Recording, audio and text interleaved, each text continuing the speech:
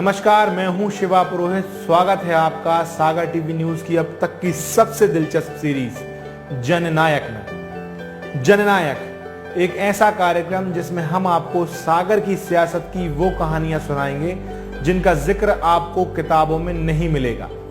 हिंदुस्तान के दिल सागर की वो कहानियां जो समझे बगैर, सुने बगैर हम अपने सागर को पूरी तरह नहीं जान पाएंगे।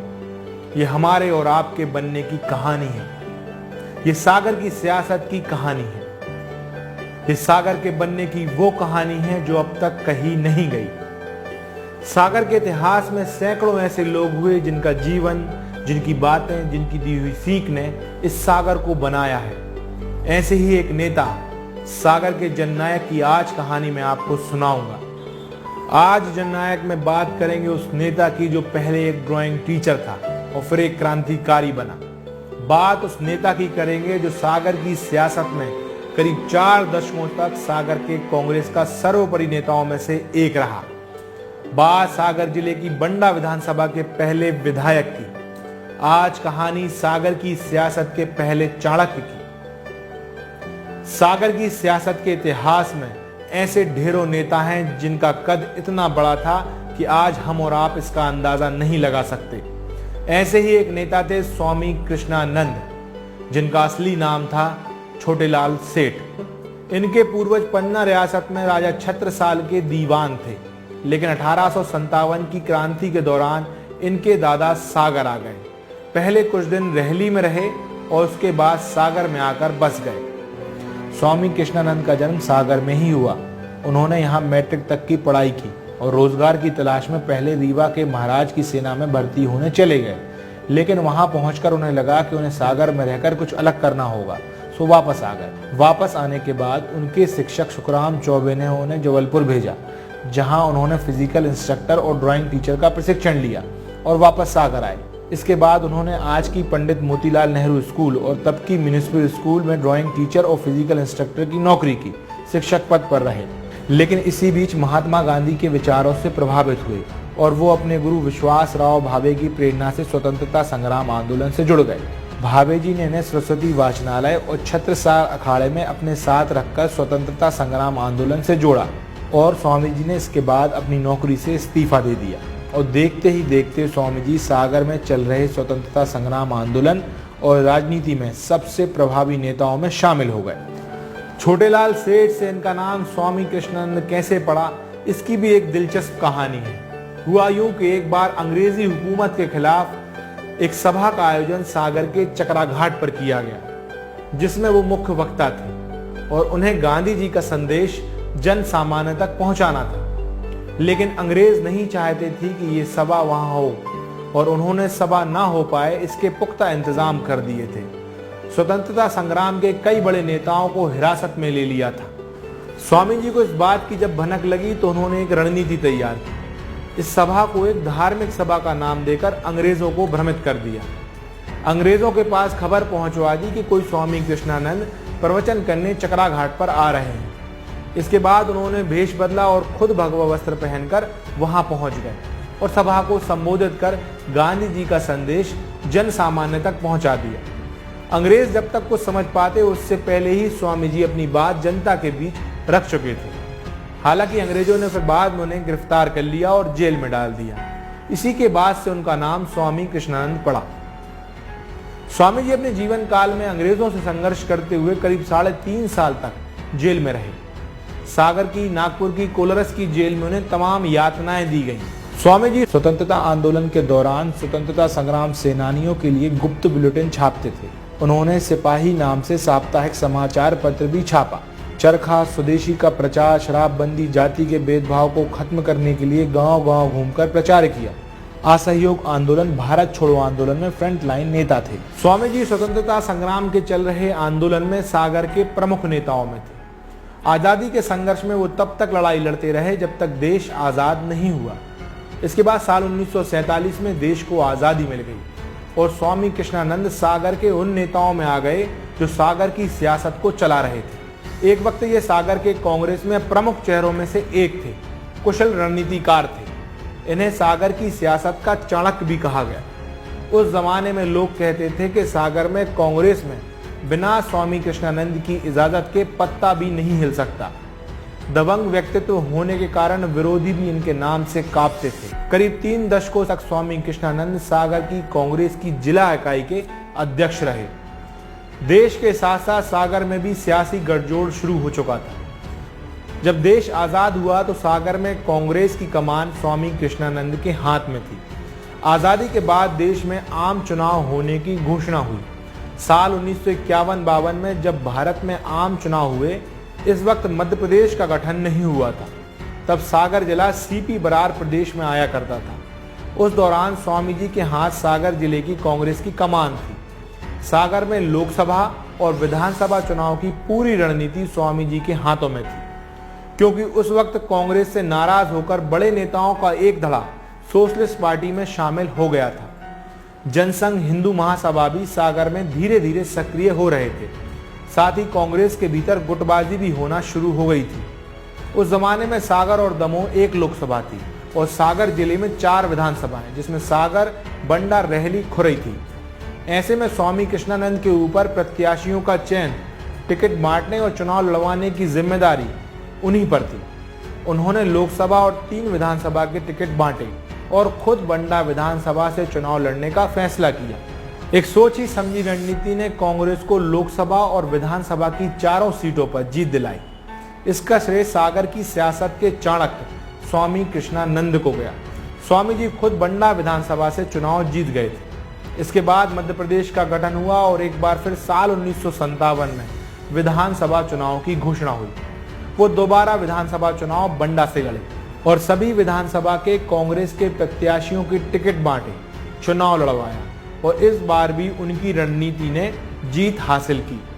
2 बार लगातार जीत के साथ उन्होंने सागर जिले की सभी विधानसभाओं और लोकसभा चुनाव में कांग्रेस को जीत दिलाई और एक अहम भूमिका निभाई।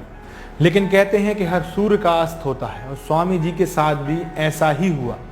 साल 1962 के विधानसभा चुनाव में जब वो बंडा से तीसरी बार चुनावी मैदान में उतरे तो जनसंघ के प्रत्याशी के हाथों हार गए। कभी शीर्ष पर रहने वाले इस नेता की हार ने जिले की राजनीति में उथल पुथल मचा दी। अब कांग्रेस में भी उनके विरोधी खुलकर सामने आने लगे थे और वक्त आ गया था अब कांग्रेस पार्टी में सत्ता के हस्तांतरण का। और हुआ भी वही।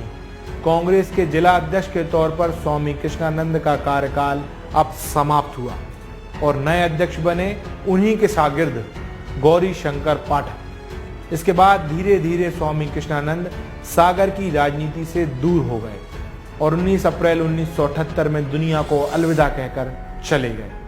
आज बंडा में जो हम बीला बांध देख रहे हैं वो स्वामी कृष्णानंद की ही देन है। उनके ही अथक प्रयास थे कि आज बीला बांध अस्तित्व में है।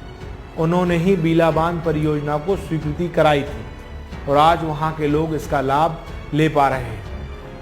यहाँ बात बीला बांध की हो रही है और स्वामी कृष्णानंद और बीला बांध का एक किस्सा आपको ना सुनाऊं ऐसा हो नहीं सकता। स्वामी जी अक्सर बीला बांध परियोजना की स्वीकृति को लेकर विधानसभा में आवाज उठाया करते थे। उस वक्त मुख्यमंत्री कैलाश नाथ काटजू हुआ करते थे। एक दिन स्वामी जी ने बीला बांध परियोजना को लेकर विधानसभा में मुद्दा उठाया तो मुख्यमंत्री कैलाश नाथ काटजू ने मजाक में स्वामी जी से कहा कि स्वामी जी आप बीला बांध की चिंता ऐसे कर रहे हैं जैसे कोई लड़की की शादी की चिंता करता है। इस बात को सुनकर विधानसभा में हंसी के ठहाके लग गए। स्वामी जी एक अक्खड़ स्वभाव के थे, अड़ियल भी थे। जिस चीज पर अड़ जाते थे उस पर तब तक अड़े रहते थे जब तक अपनी बात मनवा ना लें और उन्होंने बीला बांध के मुद्दे पर भी यही किया और आज उनके अड़ियल रवैये के कारण ही बीला बांध सागर की बंडा विधानसभा को मिला है। स्वामी कृष्णानंद को लेकर यहाँ एक किस्सा और सुनाता हूँ जो उनकी संजीदगी को बयां करता है।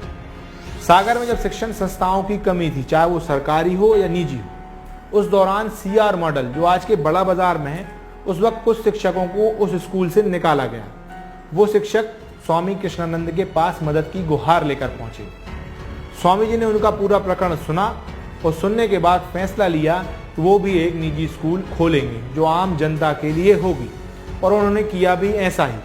उन्होंने सागर के पिछड़े इलाके पुरव्या पर एक स्कूल खोला आम जनता के लिए, जिसका नाम उन्होंने जनता स्कूल रखा। आज भी ये स्कूल यहीं संचालित हो रहा है। स्वामी कृष्णानंद की निडरता, दबंगता और निर्भीकता का एक किस्सा और आपको सुनाता हूँ। जब देश के प्रधानमंत्री जवाहरलाल नेहरू थे तब कांग्रेस पार्टी में अध्यक्ष पद पर उनका नाम प्रस्तावित हुआ। उस वक्त खुलकर इस प्रस्ताव का किसी ने विरोध नहीं किया, लेकिन दो नेता ऐसे थे जिन्होंने इस प्रस्ताव का विरोध किया। एक जो मध्य प्रदेश की राजनीति का चाणक्य था और दूसरा सागर की राजनीति का चाणक्य। जी हाँ, विरोध करने वाले ये दो नेता थे द्वारका प्रसाद मिश्र और स्वामी कृष्णानंद।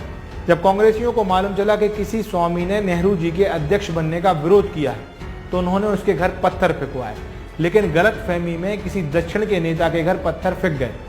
बाद में मालूम चला कि तो मध्य प्रदेश के सागर के स्वामी कृष्णानंद थे। स्वामी जी एक सिद्धांतवादी व्यक्ति थे। गरीब, असहाय, जरूरतमंद की मदद करने में कभी पीछे नहीं हटते थे। कई बार अगर वो भोजन कर रहे होते थे और दरवाजे पर कोई जरूरतमंद आ जाए तो खाने की थाली छोड़कर उसके पास उसकी मदद करने चले जाया करते थे। इस बात पर उनकी पत्नी उनसे बेहद नाराज हुआ करती थी। एक बात और जो स्वामी जी को बेहद खास बनाती है वो ये कि साल 1951 से 1956 तक जब विधानसभा का मुख्यालय नागपुर था और बाद में भोपाल हुआ तो विधानसभा की कार्रवाई में शामिल होने जब स्वामी जी जाया करते थे तो अपने साथ एक झोला लेकर जाया करते थे। इस झोले में चावल, दाल, नमक, मसालों की छोटी छोटी पोटलियां हुआ करती थी, यानी वो वहां जाकर खुद के हाथों से बनाया हुआ खाना खाया करते थे। ये इनकी सादगी को दर्शाता है। आज सवाल ये उठता है कि हम और आप सागर के इस जननायक को आखिर क्यों याद रखें। इसकी भी कई सारी वजह मैं आपको बता देता हूँ। आज जो सागर आप देख रहे हैं उसमें स्वामी कृष्णानंद का बहुत बड़ा योगदान रहा है। वे आज़ादी के आंदोलन में सागर में नेतृत्व कर रहे बड़े नेताओं में थे। अंग्रेजी हुकूमत से सामना करने के लिए उन्होंने कई सारी संस्थाओं को शुरू किया। सरस्वती वाचनालय, छत्रसाल अखाड़ा, रामदल, सार्वजनिक अनाथालय, सेवा समिति, राष्ट्रीय शाला, जनता स्कूल, तमोली ट्रस्ट, जवाहरलाल नेहरू व्यायामशाला जैसी संस्थाओं को अपने परिश्रम से खड़ा किया। कांग्रेस सेवा दल को आगे बढ़ाया। सिरोंजा में अंग्रेजों द्वारा चलाए जा रहे कत्ल खाने के विरोध में भाई अब्दुल गनी के साथ वो भी शामिल थे। सागर की राजनीति में उनका अभूतपूर्व योगदान रहा है।